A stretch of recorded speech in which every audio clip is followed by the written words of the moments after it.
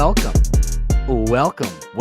welcome to the Comic Corner. My name is Damon, and do not scratch your eyes. Do not clean your ears because today is the day what you are seeing, what you are hearing is actually happening. I am joined by AF. Buddy, how are you?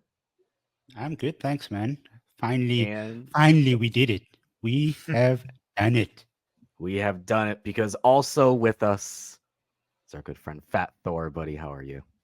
I am fantastic. Like you guys said, we did it, boys. We are here. The energy, the comic gods, it's all aligned today to bring some amazing comic talk. And I could not be more excited. I'm just gleeful. It's 7:30 in the morning here, and I'm out of my seat with excitement. Cheers, a cup of coffee to that one. Let's start off with the rundown because we have a limited time today and a lot of comics to get into. The Ultimates are here. I've read it. Fat Thor has read it. We will talk about it. Scarlett joins the Energon universe. We'll chat about that as well. A new book from Kelly Thompson and a new detective mystery unfolds from Boom Studios. We have that and a lot more. Feel free to jump around to time codes below if you're watching on YouTube or benefit the chapter system. If there's a book that you really want to hear about and we got in the lineup, feel free to jump around with that. But first, the Ultimates. Marvel's big Ultimate universe is still going strong, and it's all coming together with the Ultimates. I've read this. Fat Thor read this. This is a really big swing, a really cool book. I think they did an excellent job with this one. Buddy, what'd you think of this?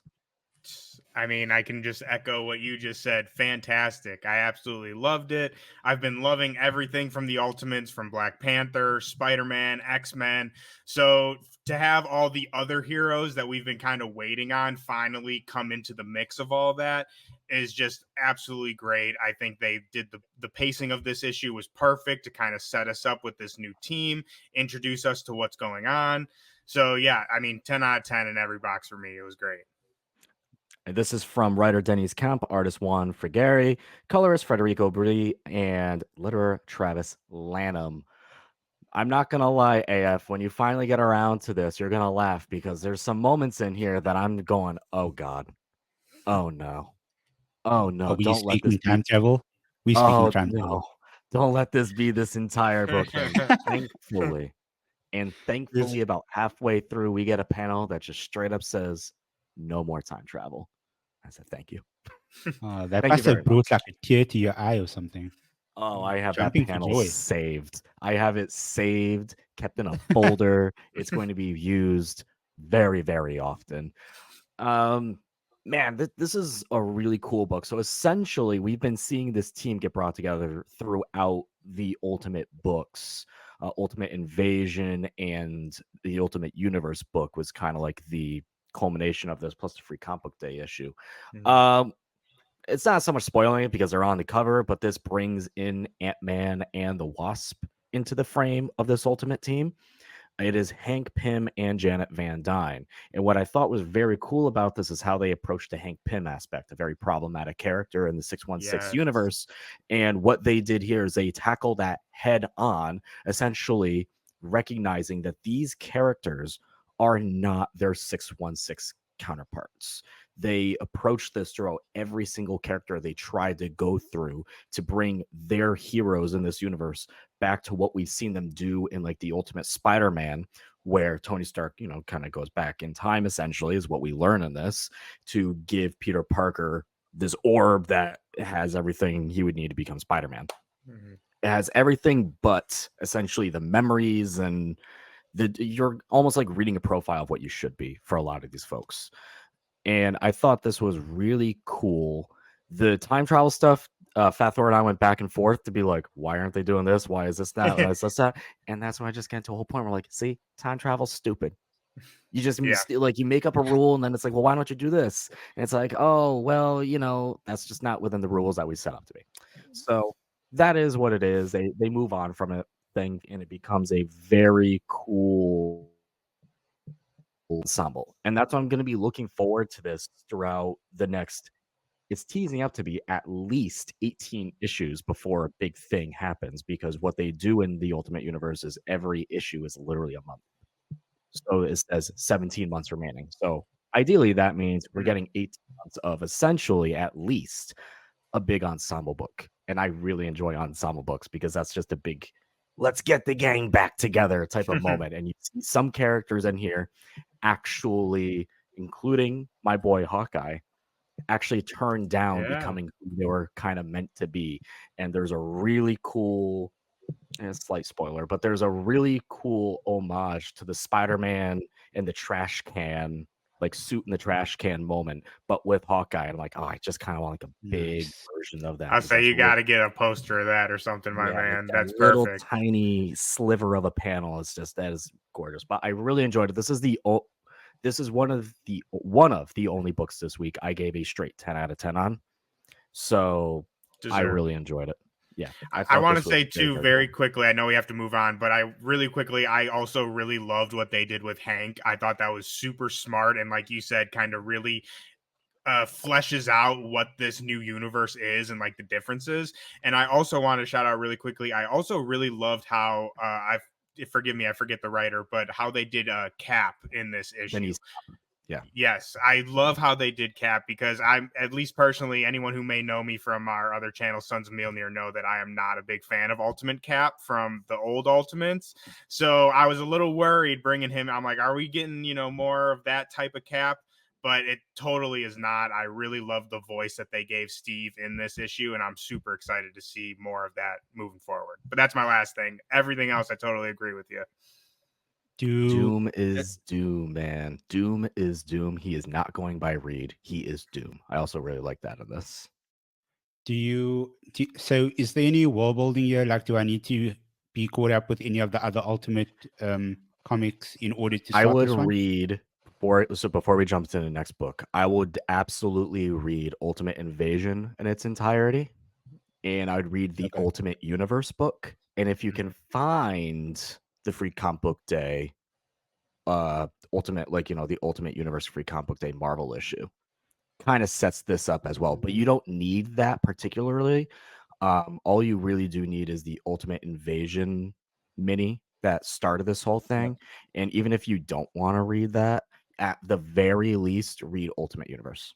I was going to say, I think if you're like strapped for time or something, or just don't feel like doing it, I think you would be good with just the Ultimate Universe, and just kind of, I mean, there's definitely some things you would have to just go with, like, okay, that happened, like, whatever, go with that.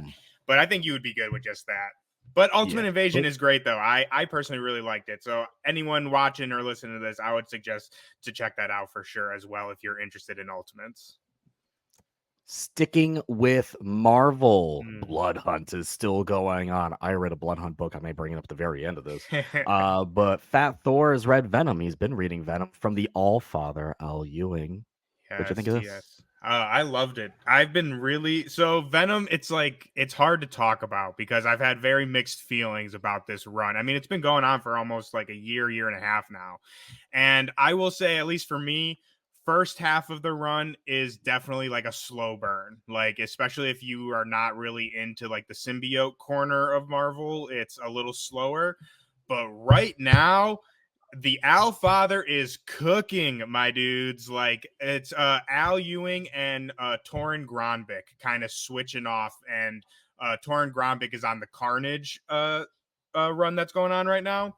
And so right now we're doing this kind of like big, almost like event with the symbiotes, and like they're adding all this lore to the symbiotes, like what they are beyond, Null and the King in Black. So now we have Eddie Brock as the King in Black.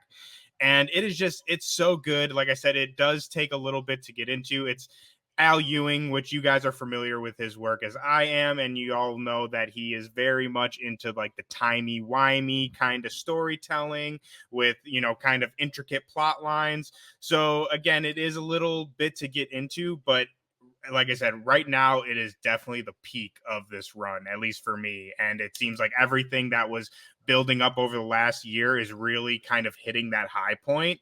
And also, again, with it kind of switching between the Carnage and the Venom run, bringing Carnage into the mix with all this, it's just so good. It's really great. If you guys like kind of, again, more like timey-wimey, deep storytelling, this is definitely a book for you. And if you're a fan of symbiotes, again, like the lore that they're adding to the symbiotes with, you know, the Kings in Black, the Garden, like where all this comes from, Venom himself. Oh, it's great. So that's why it had to be one of my picks, because like I said, it's been a series that's been going on a long time, one that I feel a lot of people have put on the back burner.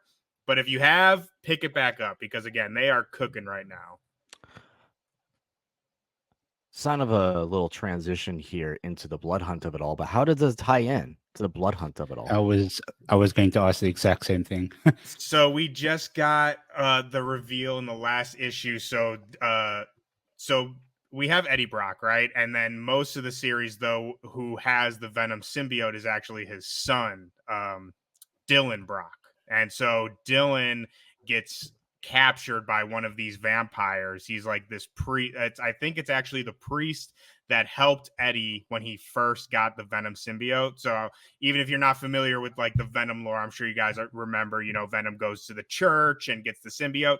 So this priest is a vampire now, and he captures Dylan. And then that's kind of like what we see on the cover here. And also something very interesting, which again, if you're not very familiar with symbiote lore, you may not know about this, but they've also brought back a character called Lee Price. And Lee Price actually had the Venom symbiote for a little while and died of cancer. And so they basically the symbiote, or not the symbiote, the vampires and like all this blood hunt craziness reanimated like his corpse. And so it's like it's nuts, dude. It's like even hard to kind of explain. But yeah, so the whatever's going, what do they call it in Blood Hunt, like the shadow powers, like how those are all going crazy, how we saw like in like Moon all Knight. like essentially dark cloaks, like cloaks powers, like it's stuff like that, like the shadow realm things are completely taken over the sun. Yeah, so whatever that is like infecting the Lee Price kind of body, and that's like it goes deep into like Venom, because like their relationship and like their bond of it all. It's really, really good. Like I said, if you're a fan of Venom and symbiotes, for sure be picking this up. I'll quickly hit up on something. I read Blood Hunters #2 because Kate Bishop was on the cover. Shocking to no one. I read this. It was okay. It was okay. I'm getting a little frustrated. It was a book. It was a book that happened, and there was a story involved. They made a character in here who is also kind of like a vampire/vampire slayer, who I checked, and I don't think this is a completely original character. I believe Dante Malik. So I was like, all right, but I'm slightly frustrated because Kate is actually like the perfect person for this blood hunt event, because she's dealt with vampires in Kelly Thompson's West Coast Adventures. Her mom is a vampire who she's had to fight fairly recently. Like, that's hasn't been brought up once. And I'm just kind of like, there's some extra context here that would really make sense for her, like why she's involved in all these stories other than just Kate Bishop's here, that we can add another layer of context and knowledge that they just haven't touched upon. So slightly frustrated with that. Maybe there's a chance that this story in Blood Hunt with her is going to move on forward. I don't know. But speaking of Kelly Thompson, Scarlett from Image. Have either of you been digging into the Energon universe at all? No. I've been meaning to, but not yet. Because I had been meaning to as well, but Transformers and G.I. Joe are not my cup of tea. But Kelly Thompson writes a book. Damon will read the book. This is Scarlett. She's essentially a spy for the G.I. Joe type of universe, and is kind of going off to find what happened to a friend of hers. And I thought this was very well done, especially for someone who has absolutely no previous backstory, knowledge, anything with this character at all. I understood this character. I really enjoy the art. Writing from Kelly Thompson is always excellent. And I'm interested in where the story goes on forward because there's like, spy clues and what's going to happen next. And if you do like the G.I. Joe stuff, if you are really invested in the Energon universe, yeah, there's a nice little surprise at the very end of this with more G.I. Joe characters coming into the fold. So if you're into that, you'll really enjoy this. If you're not into it at all and you just kind of want like a spy book, essentially, like almost like an army spy book, this is right up your alley. Hell yeah, that sounds awesome. I'm definitely gonna be picking that up. Is it just me, or does anybody else see Natasha Romanoff in this art? There is a lot of Black Widow. Yes. There's a lot of Black Widow vibes in this book. And I mean that in all the best ways because Kelly Thompson wrote one of my favorite Black Widow runs. And there's a lot of those similar vibes to it. So I think Kelly was the perfect writer to kind of go into this character.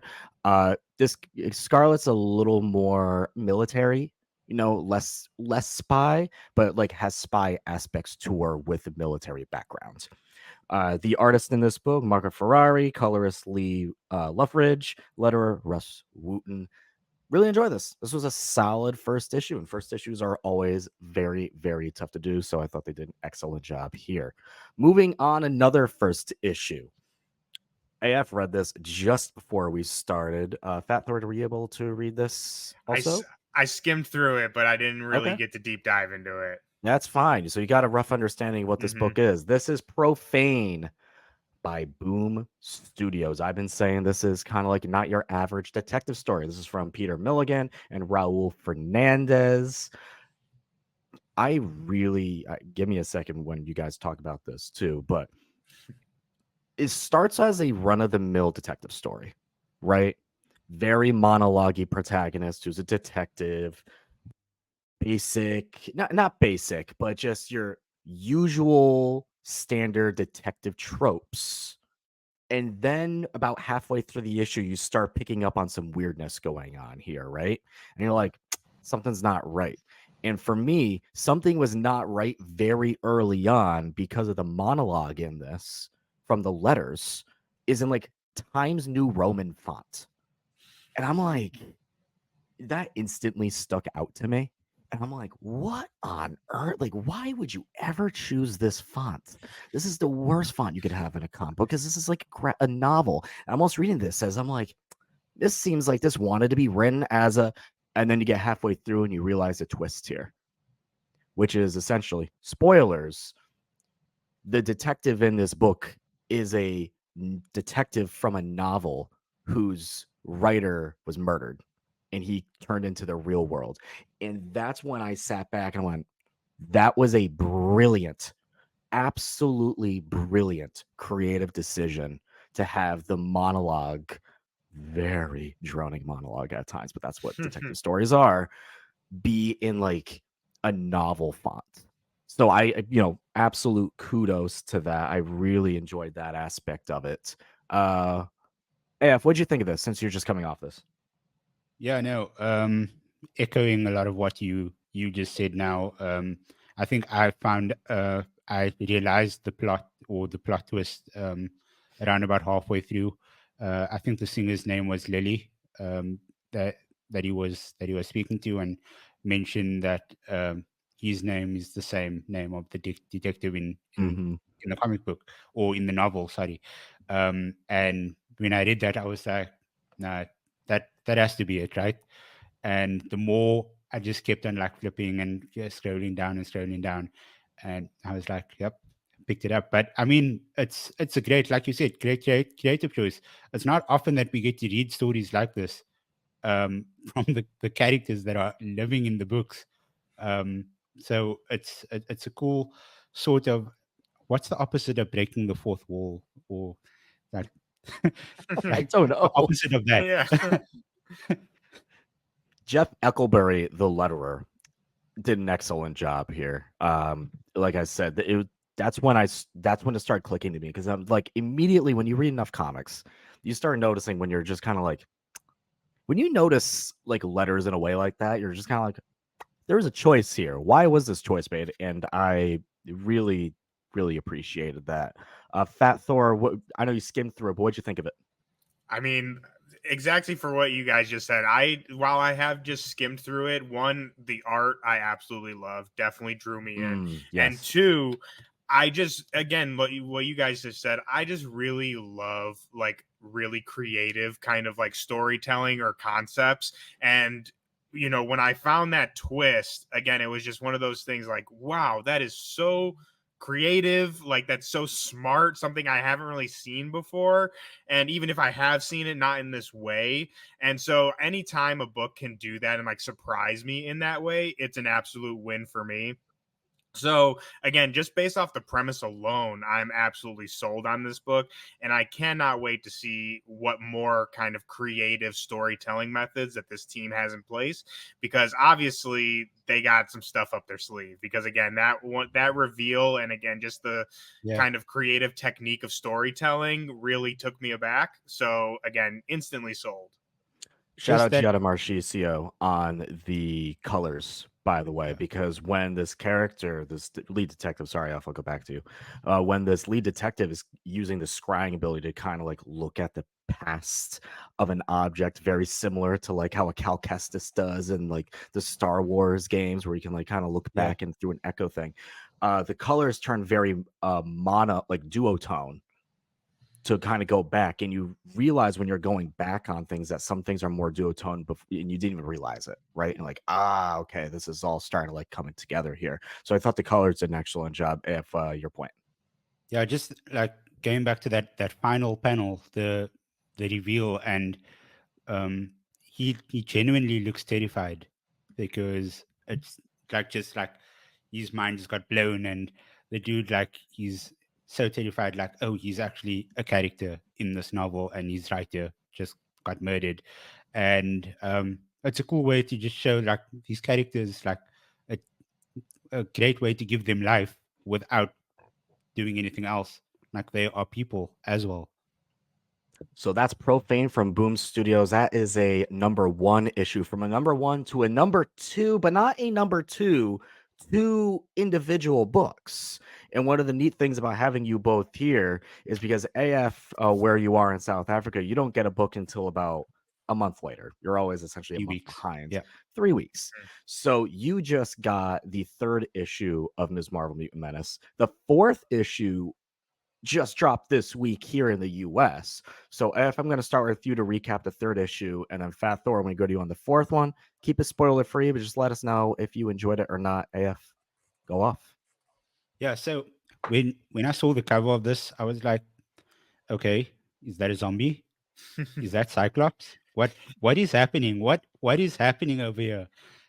Because I know, like, issue 2 ended off with that cliffhanger of Red Dagger coming back, and I just thought it's going to be like this very lovey-dovey reunion between the two of them, which it was. And I love Red Dagger. The chemistry that he shares with Kamala is amazing, and their storyline progresses as well quite nicely. But I mean, this whole thing about the X-Men coming back in sort of zombified uh, people, and you end up finding out that it's not actually uh, the actual X-Men that zombies. It's uh, sort of mutated clones that Nikita, or Nitika, is working on. She was part of AUKUS that's hunting down Miss Marvel. So she's trying to like recreate her own version of like these X-Men characters. So obviously it's just a whole bam bam powwow in the middle of New Jersey. Um, Red Dagger tries to like find out like the whole thing about what happened with Kamala, like her coming back and all of those things. So yeah, there's some nice like filler pages in there just to like give the Red Dagger Kamala fans some sort of things to gush over. But yeah, and then at the end of it all, we see the Inhumans come back, and that has me so psyched for issue 4. Um, Fato, I know like you are probably dying to start speaking about Oh. it. But yeah, just the fact that the Inhumans are back and Kamala's reunited with him. This is her very first family. So yeah, go ahead. Oh, I mean, like you said, not only am I like biting my tongue to even just talk about issue 4, but I can't wait for you to read it because there's so many things. Like I'm gonna be texting you later because there's so many things that we have to talk about. But I mean, this series has just been absolutely awesome. I've absolutely been loving it. I really personally love Kamala's new role as a mutant and like what that means for her as a character and how they've explored that. And all of that comes to a head in issue 4. And issue 4 is probably my favorite of not only Mutant Menace, but the new Mutant mini run that we had before this. It's just so good. And for all the people out there that have been kind of complaining about MCU Kamala Khan and like them changing her powers and all that stuff, I know we said no spoilers, so I won't spoil it, but I will say this issue puts all that to bed. Like this issue, whether you're looking at the Nice. MCU Kamala or the comics Kamala, this issue kind of addresses that head on. And we really dive into the kind of differences and intricacies that come with Kamala being a mutant and an inhuman, and like what that means, how the X gene and the inhuman, the Terrigen Mist, like how those complement and come in conflict with each other. So it's so good. It's absolutely awesome. We get awesome fights. I'm not going to spoil it for you, but we do get some more zombie X-Men, which I think is just so cool. Like we know obviously from the Krakoa era that the mutants can, come back from death. But I never thought, like, what happens to those bodies? Like, you kill Scott Yeah. Summers, and then he gets, reborn in a new body. What happened to that dead body? I guess they get turned into freaking killer zombies, which is just so cool. So yeah, I could gush about this book for days. It's just so good, but I absolutely love it. Best issue for me out of the series. And I'm praying that we get more from Amon because she just not only obviously playing the character, but she just really gets Kamala, and it really Yeah. comes through in this book. Just like off the back of that, the speaking about Iman, like right, I think it was last year sometime where she said that I think it was around the time when she was revealed to be a mutant in the Miss Marvel series, and she came out and said that Kamala Khan will always be an Inhuman, like that. Mhm. That's her origin. And I mean, if you're saying that this whole thing is being put to bed in issue 4, and she's the writer for this, so the freedom that she has to actually like set this in stone and where Kamala Khan actually falls, I think that's quite cool to have Mhm. her like steering the ship. Yeah, I don't want to spoil it for the people at home, but we'll be talking later, AF, because like I said, there's a Yeah. lot of cool stuff that we got to talk about. There was one thing that I was like, I'm definitely going to speak to Fat Thor about this in issue 3. She makes a comment about feeling hungry on the 29th day of Ramadan Yeah. and waiting for the 30th day for the people to sight the moon. I was like, hmm that's me. Yeah, I that feel was the same good. way. Yeah, we get a couple other good shouts in this fourth one too that I gotta text you about. But stupid me, I totally forgot that you didn't get the fourth issue yet. So I'm glad that I didn't Yeah. text you about it right away because I would have spoiled some things. I mean, just the whole fact, I've been very loosely following, and we haven't mentioned it because we're not, the three of us here, we are not X-book readers. So yes, Krakoa did officially end this week here. It, from a lot of people, from what I've heard, somewhat disappointed with how it's ended because it just kind of came to a crashing halt to almost reboot what's going on and feels very 90s centric coming on next. So we'll see how it goes from there. But what I do know, because I have read one of my favorite books from this Krakoa era, was Hellions. So this Hell whole yeah. clone thing and zombie clone things with Orcus makes a lot of sense, especially with like a Sinister being involved in the back. So things at least do tie up nicely, at least in this realm, even though this was almost much a very late add to the X books. But at least within her story, it seems like it's wrapping up very nicely, which is good. So from one major event, which was the fall of X, to an event from DC, which is almost a lead-in to a bigger event coming up next. And yes, we have talked about this book before, but AF just got this book this week, so now we're going to talk about it again, but with two people. Superman 14, House of Braniac. This is the 4th issue of the House of Braniac event. This features Superman versus Lobo, and it happens.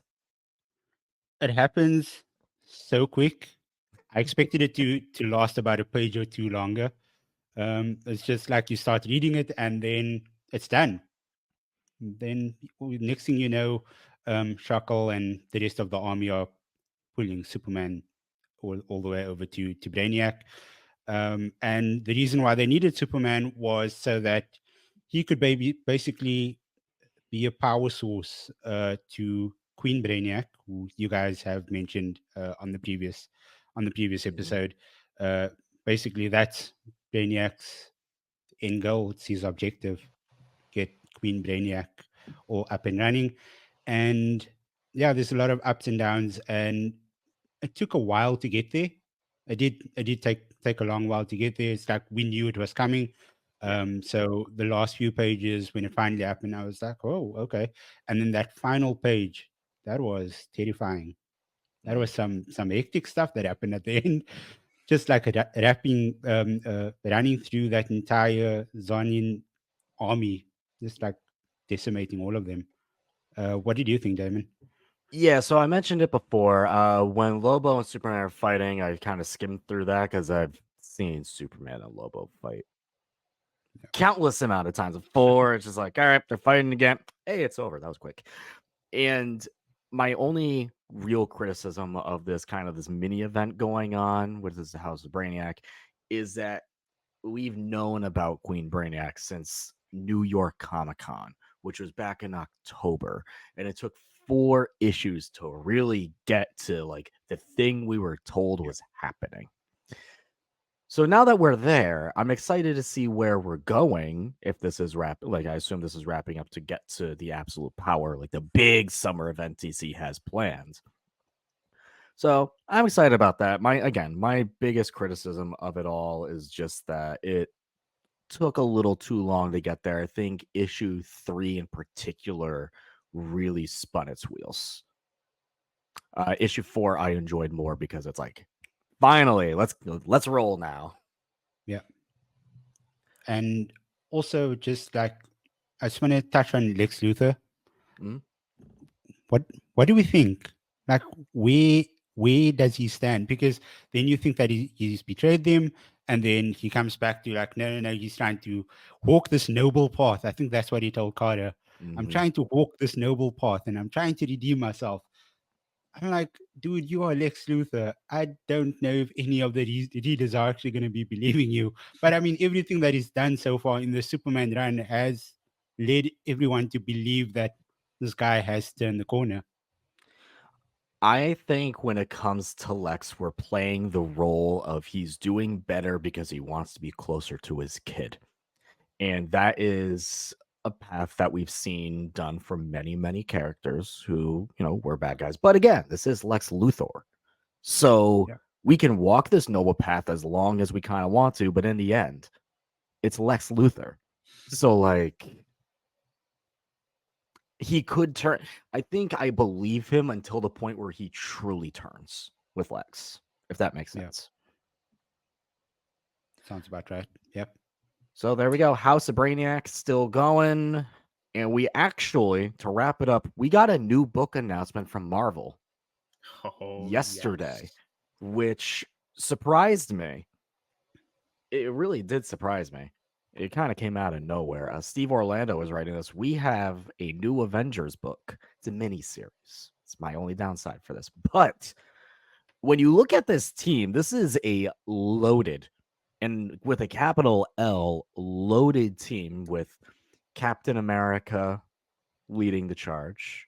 We have She-Hulk. We have Hercules. We have my boy, Clint Barton.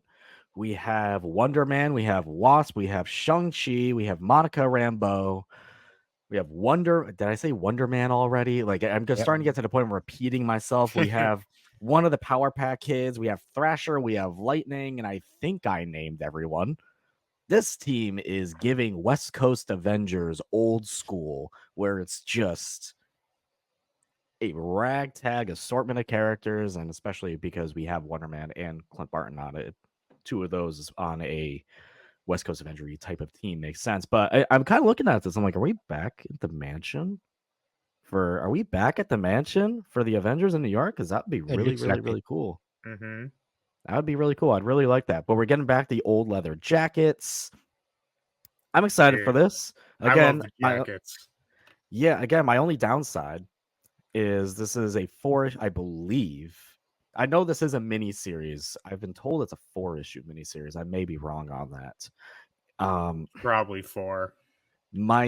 See, that's where let me get on a little pedestal real quick about miniseries Oh, and how it's really challenging to get into a book because it's a mini series. You'd almost wait for the trade to come out at that point when you know it's a mini, right? mhm. So the single issues, maybe the first one sells well, then after that it's like, I'll get the trade in like 3-4 more months. So that's becoming a little frustrating. I actually had a whole conversation, big back and forth with my comic shop owner about what I'd like to see Marvel to do, because they are doing so many miniseries, so many, like So an obscene amount. And what I would like them to do, this is my dream. This is my dream. I would love for Marvel to bring back the old anthologies, the Tales of Suspense, Strange yes, Tales, Astonishing Tales. That way you can Nice. Journey tell. into Mystery, Journey into dude. Mystery. You Oh, come can on. you bring back those old titles. You get a little nostalgia factor there, but then you are a Web of Spider-Man anthology type of thing, right?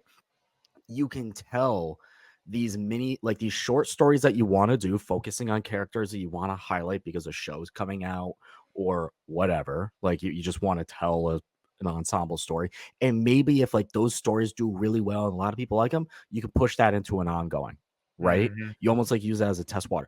That's what those used to be. Like Doctor Strange started as a backup issue before Thor becoming like started as a Journey into Mystery. Like he wasn't on exactly. a main Thor title. So from a selling standpoint, that way you can just get onto like an ongoing book, which is an anthology, and you kind of bounce around between stories that are told and they'll change like every couple months, right? Mhm. I think that's what Marvel should do instead of constantly pumping out these mini series left and right. I absolutely believe there's a place for mini series. I just think it would work better in an anthology type of story.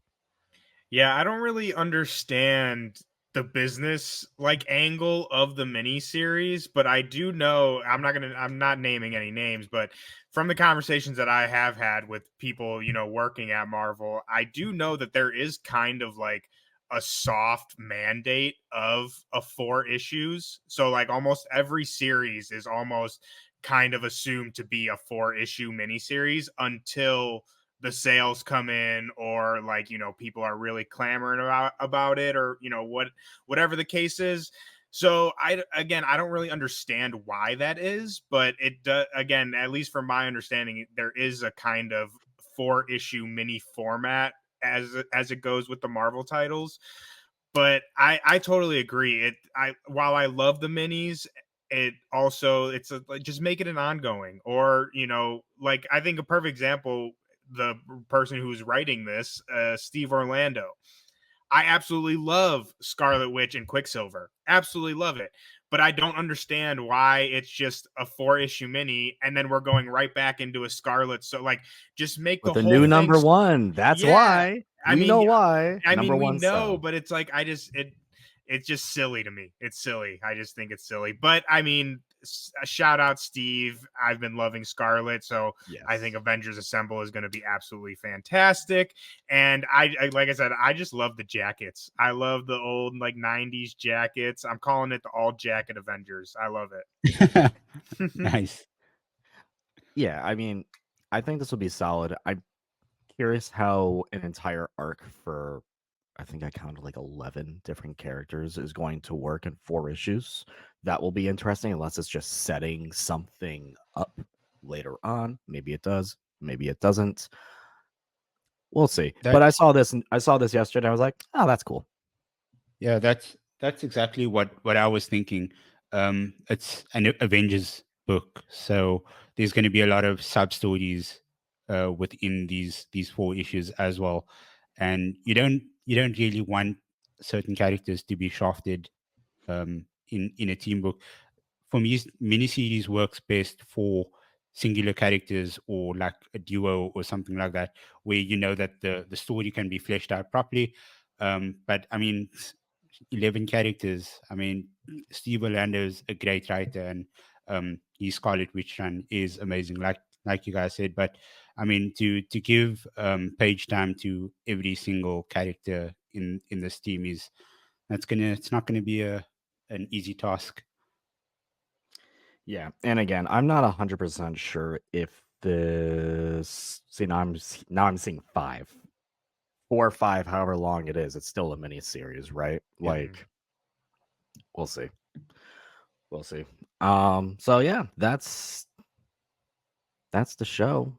You guys got any books you're looking out for next week? I'm trying to even think what comes out next week. Anything Green Jed Arrow. McKay. If it's Jed McKay, then I'm excited for it. Dude, I'm just looking forward to the next Green Arrow issue. Oh, Green Arrow, has Yeah. that been smacking lately? Dude, this, like, I've told Damon this so many times, but I thought if you can pick up this current run of Green Arrow, dude, amazing. All right, I'm Honestly, sold. If it's got the AF seal of approval, then it's on my it's list. so good. The art is good, the writing is good, and I don't know how much of the Dawn of DC you've been reading, Hmm. the current DC comics that's been out. It's one huge connected universe. So if you're reading Green Arrow, Green Lantern, Superman, all of these books, you will start seeing the world building because uh, Oliver Queen will show up in a Green Lantern book, and Wally West will show up in a Green Arrow book. Hmm. So it's awesome, and they'll always just be like looking back to, oh, this happened in the previous issue. We actually interacted together, and I love that. I love this one big connected universe. I love that. I've been keeping up with the Green Lantern stuff, both Yeah, the War Journal and the main Green Lantern run. I've been loving yeah, both of those, and Flash has popped up in both of those very briefly. So yeah, yeah. I've been loving both those. I do want to shout out too. I mean, I got to do it right. Immortal Thor. I mean, still absolutely cooking. I gotta say, I think in the last time we talked, Damon, on one of the episodes, I was saying I wasn't really sure about the whole Roxxon Thor thing at like when we Mhm. were first starting it, but Al always does, he handled it perfectly, and it was like kind of contained to the one issue, which that's what I was saying. I hope it doesn't like we don't get too much of the Roxxon Thor stuff, but again, handled it perfectly. And then the last issue, we got like all of Odin's children in one issue, and I'm talking some deep Norse mythology cuts. So absolutely cooking it. I think we might be getting another issue next week. So if not, if we are, keep a lookout for it. But I'm telling y'all, hop on Immortal Thor. It's really, really great. We got Ultimate X-Men number 4 next week, the Avengers Oh, number hell yeah. 15, and I'm gonna Oh, power through this new kind of mini run of Strange Academy Blood Hunt number 2, where we have this little boy who's become the Darkhold. Comic books, anything is possible. AF, where can people find you on the interwebs? Yeah, I'm at AF Parker 642 on all social media platforms. No changes necessary there. Yeah, What about you, Fat Thor? Where can people find you? you can find me at the Fat Thor on Twitter. You can also find me at Sons of Milnir on Twitter, and that is going to be also our my other podcast that I do on YouTube, Spotify, anywhere you get your podcast. Once again, that's Sons of Milnir, like Thor's hammer. And other than that, you can find me here on Comic Corner and Agents of Fandom, talking comic books, writing about comic books, talking nerdy things, anything you love, let me know because I love talking about everything nerdy, and you can find me basically everywhere at Fat Thor. You can find the show on Twitter. It's still Twitter to me at Comic Corner Pod. I almost said at Damon Tweet. You can find me at Damon Tweet on Twitter if you want. I'll be tweeting about anything at this point. You can find us on Threads at Agents of Fandom. You can find us on TikTok at Agents Fandom. You can find us on Instagram at Agents of Fandom. And you can find us on Twitter, the entire Agents of Fandom team at Agents Fandom. That'll do it for this issue of the Comic Corner. Make sure you go read some comics. And of course, if you can, go support your local comic shops wherever yours may be. Until next time.